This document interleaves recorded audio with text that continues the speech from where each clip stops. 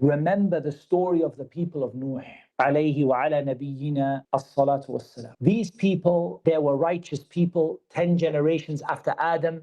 They all worshipped Allah, they were righteous people. Among them were some very righteous, like very, very religious people. And those people, like everyone, they died. And when they died, the Shaytan came to their people who were left behind and said, don't you miss them? They said, yeah, these were righteous people. They used to remind us of good and they used to tell us to do good and they were inspiration for us. We miss them. So Shaytan says, why don't you put a picture so you can remember these people and you'll remember the good they did and you'll remember how they used to worship Allah and you can be inspired. So in your majlis where you all sit together, put a picture of one of those righteous people. And then afterwards, the Shaytan came after a while and said, you know, pictures don't cut it. If you made a statue, you would really connect yourself as though they were there in front of you. So they made a statue. But of course, they didn't worship the statue or pray to the statue or make dua to the statue, nothing. Then the Shaytan came to their children and said, your fathers used to worship these statues, so you should worship these statues to get close to Allah, not worship them instead of Allah.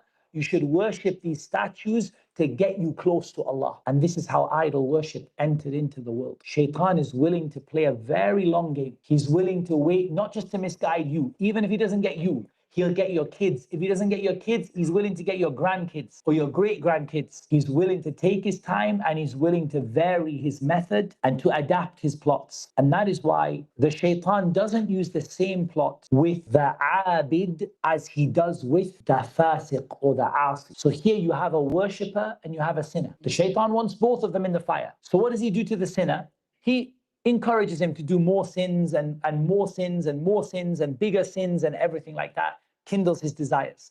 But the abid is a worshipper. He doesn't have that desire to do that haram. So instead, the Shaitan comes to him from the root of bid'ah, to worship Allah in a way that the Prophet ﷺ didn't do it, because then you're going to really feel the spirit of ibadah, of ubudiyyah, of servitude. And so the abid has a different plot to the asi. The worshipper is different to the sinner. And even yourself, when you leave a sin, maybe the Shaitan calls you back to it. Maybe the Shaitan leaves that sin for you and takes you to something else. He doesn't stop. So you mustn't stop trying to resist the plots of the Shaitan.